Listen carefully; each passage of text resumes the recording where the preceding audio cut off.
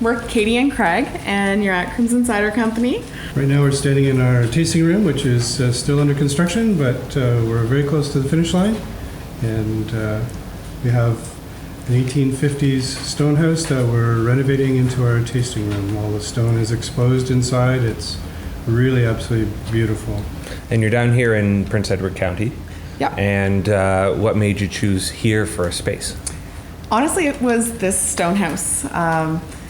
So Craig and I had been looking at different places that we could potentially do a cidery in, and we saw this on MLS, and we didn't really look at it seriously because we're like, we can never afford it. It's never going to happen.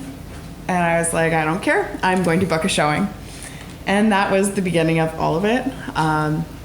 So we booked the showing. We came down, fell in love with it, loved it even more than the pictures, and decided to look at a few other places and came back to this one, just kept coming back to this one, and we knew this was it.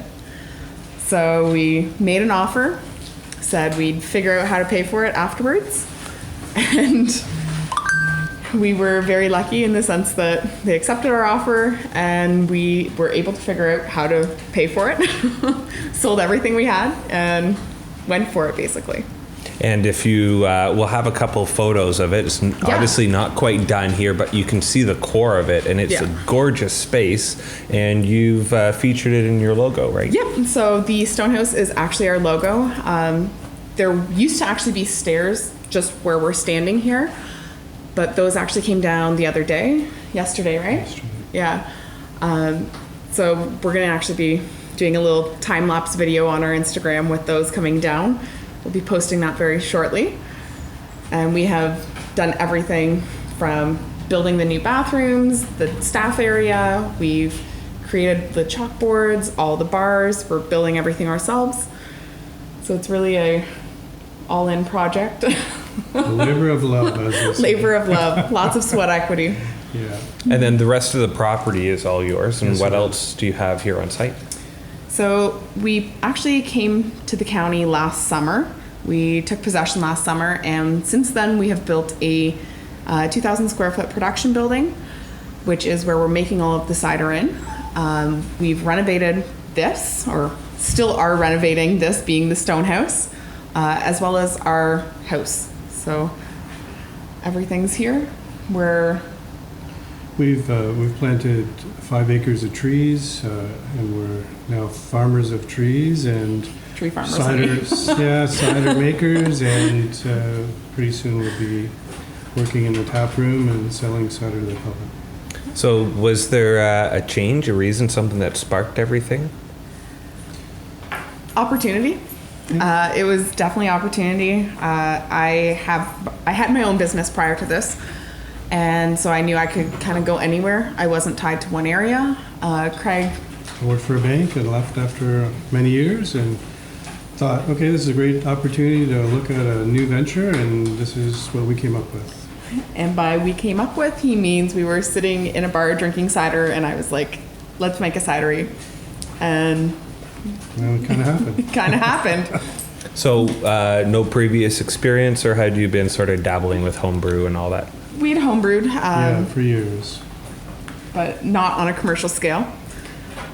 But we had made products that we quite enjoyed and would drink, so we decided to offer it to the public. we were pretty comfortable with it, and then we both took a cider course. It's offered through Brock University. It's the North American Cider Institute program, and so we're two of about 150 people that have that designation. And then the second level of that course was offered actually this past week. Katie was one of 15 people that took that course, so there's 15 of them in Canada that have that designation. So Actually, only 13. Two of the people came up from the States. Oh, right. So there's 13 people in Canada. Canada who have that designation right now. And the course was actually offered by Peter Mitchell himself, who is basically the top cider maker in the world right now. Very knowledgeable. Yeah. Learned lots of interesting techniques and tricks and tips. So we'll definitely be putting those into practice very shortly. What would you say would be sort of your flair or the feel that you're trying to go towards? In terms of the style of our cider, we are definitely going for more of a drier style.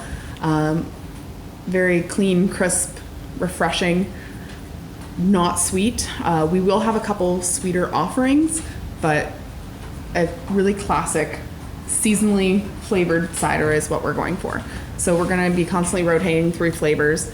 We're opening with 4, and then we've got some stuff in the works for some unique stuff that has not been seen by the market. Yep. But the focus is really making a clean, crisp, dry cider and using that as the base and going from there. And I think, in the Stonehouse here, the tasting room, we want people to come and have an experience. So, we've restored a lot of history in this building, and we have on the wall to our left here, we have planned a history wall. We have a display cabinet with a whole bunch of things from the farm over the many years and decades, really. Things that we found in here as we've been renovating that we want to display for the public. We have a copy of the Tremaines map out of the archives in Wellington, which is just huge, and it's going to basically line the whole wall, showing all the properties and who owned them back in 1863. So really, we want people to appreciate the history of this building. So many people that still live in the county have a connection to it, and it's just an absolutely beautiful building. And we don't, we're not out to, sell tons and tons of cider and have people just walk away. We want them to appreciate what we've done and what we've restored, and really see the value in old buildings like this, and come through and enjoy themselves, so they'll come back. Were you from the area here, or is this somewhere that sort of just dragged you in because of what the county sort of provides? We weren't from the area originally. Like I said at the beginning, this Stonehouse is what sold us on the property and subsequently this area. We had both been coming to Prince Edward County for a number of years. I personally grew up on a small farm in Niagara. So I spent the first 20 years of my life there, and then I sort of went around for educational purposes and went to different cities, and yeah, we landed out here. Yeah, we love it out here. I mean, being here, you just see the draw, why people come here. It's attracting, over 2 million visitors a year. It's attracting a lot of new businesses, be it restaurants, wineries, cideries, whatever. It's a destination now, and it has been for a number of years, but I think it's growing in popularity, and so we're really excited by that. And I think it's a great opportunity for someone who wants to start a business. It's a wonderful area, and the locals are very supportive, and we've really enjoyed our time so far here. It's been great. Made a lot of entrepreneurial friends on the way too, for sure, which has been really cool. And we noticed that when we took a tour through here last year, that it was very positive. People lending equipment, advice, a hand to help out, a lot of support when it comes to the processes, but also where to go in order to get sort of supplies, and where to go after one stop onto the sort of next sort of things. So we've got our little dog here, and that was sort of the draw of coming back. And we've talked about retiring early, and we're early to mid 30s, so we can't really talk about that right now. But so with the production that you have here, what's the plan? Is it to stay local to feed the area here? Are you looking to grow larger? Where would you like to see your product end up? Ideally, we just want to sell here from the farm. We're not interested in going to like the LCBO. We really want to keep it local and basically farm to table. That's the inspiration behind our products. We are doing seasonal flavors, so if peaches are in season, we may have a peach cider. And when it's gone, it's gone. We're not looking to do the volumes that you have to get into the LCBO. That's not what we're looking for. Maybe supplying a few restaurants that are local, that sort of thing, but... And if it grows, it grows, but that's not our immediate plan. Yeah. Our immediate plan is to ramp up production, to, hopefully sell cider to people that come through and they enjoy it and will come back maybe, and as Katie said, stay, pretty local for now. Yeah, stay true to our roots. Yep. Sustainable as well, and both Absolutely. also the fact that it's tough to make a living in the sector, and we notice that there's a lot of cideries that have been starting up where there's sort of jitters in quitting and then going forward, or because you're confident about your product and you're confident about this gorgeous place and where you're at, that things are going to work themselves out. Well, we kind of are all in, so I hope it works out. Yeah, I think the bank hopes it works out for us too. But we've got a good business model. We've got a good business plan. We've got very stable financing behind us. So, I think it will work out. The location is just tremendous. So, besides our business model and the experience we want to sell to people, we really have location and the gorgeous premises on our side and a good product. I think the enthusiasm is there too, and we've had people approaching us to partner with them for all sorts of opportunities, and it's really that's really encouraging to us as well. So I think we're in a good place. And you're just a couple of weeks or so away from opening. That's Yeah. right. There's obviously the challenge with that. What would you foresee as maybe the next challenge after open? Or have you even thought that far ahead? I think we're just trying to keep our heads above water right now, just with the crazy. Like we're doing a lot of it ourselves.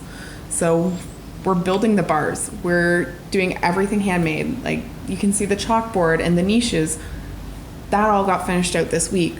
So I think right now we're just kind of really focusing on getting things done, getting open, and It'll keep happen. making product, right? Yeah, it'll happen. I think we have a lot of excitement and enthusiasm, and we've met a lot of people in the county, and everyone wants to know when we're going to be open, and we expect to be busy, and so we're making a lot of product to in anticipation of people wanting it, and that's a good problem to have.